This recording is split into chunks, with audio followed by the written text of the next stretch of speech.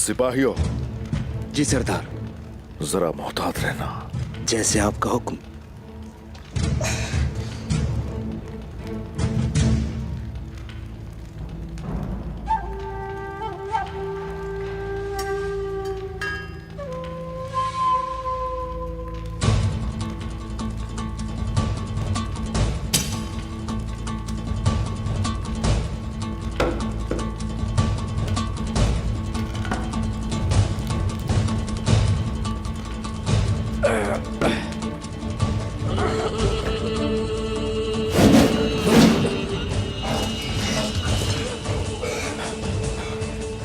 देखे तो सही इन जालिमों को।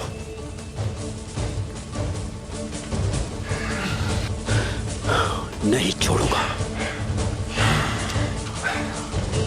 जाल पर जाल बिछा रहे हैं, जो कि हमारा कुछ भी नहीं बिगाड़ सकते। हम हरगिज नहीं हटेंगे पीछे। हर कोई होशियार रहे। ये जाल लगाए हुए ज्यादा वक्त नहीं गुजरा हुजूर, हम करीब हैं। हाँ, ऐसा ही है। हम उनके करीब हैं, उनकी सांसों से भी ज्यादा। रुको, एहतियात से काम लेना पड़ेगा। ठीक है हुजूर। आ जाओ।